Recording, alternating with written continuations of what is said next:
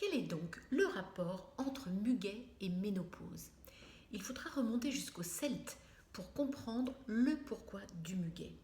En effet, c'était la fête de Beltane qui célèbre le passage de la saison sombre à la saison claire, ce qui signifiait le retour à la chasse, le retour aux guerres et bien sûr une certaine renaissance pour ces peuples. Ce qui s'opposait par contre à la Toussaint, qui s'appelait donc Samin, et son ancêtre, qui marquait le retour aux ténèbres.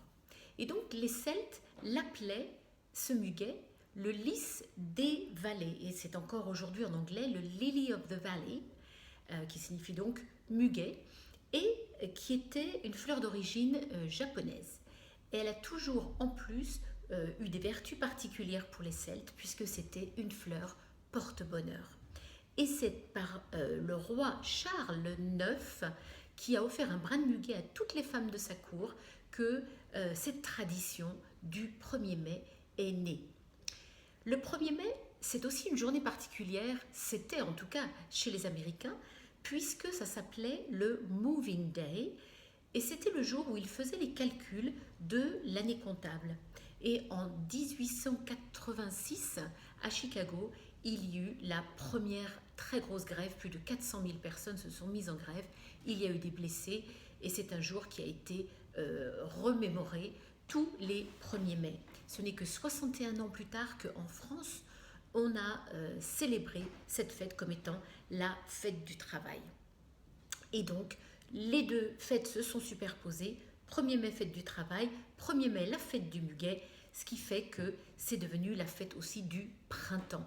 Et c'est justement là le lien avec la ménopause, qui est aussi appelée le deuxième printemps, car les anciens Chinois partaient du principe que ce changement hormonal, ce deuxième changement profond pour la femme, était en fait un moment de renouveau, où la femme, ne pouvant plus enfanter, et bien finalement allait être libérée de la maternité et elle pourrait, à ce moment-là de sa vie, commencer à penser à elle-même et faire ce qui lui plaît.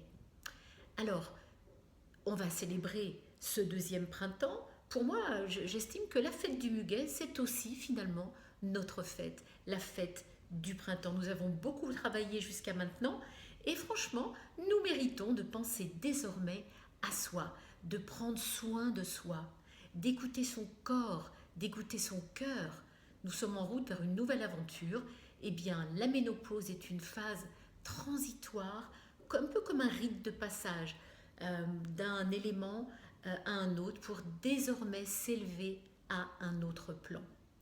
Alors, ce serait formidable si toutes les femmes se sentaient soutenues, épaulées. Alors, partagez cette vidéo à vos amis, abonnez-vous pour que notre communauté de femmes qui rayonnent augmente de jour en jour.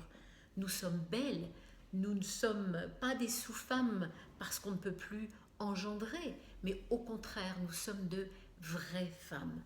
Je suis Régine Labrosse et en ce jour de 1er mai, je souhaite une bonne fête à toutes les femmes en milieu de vie.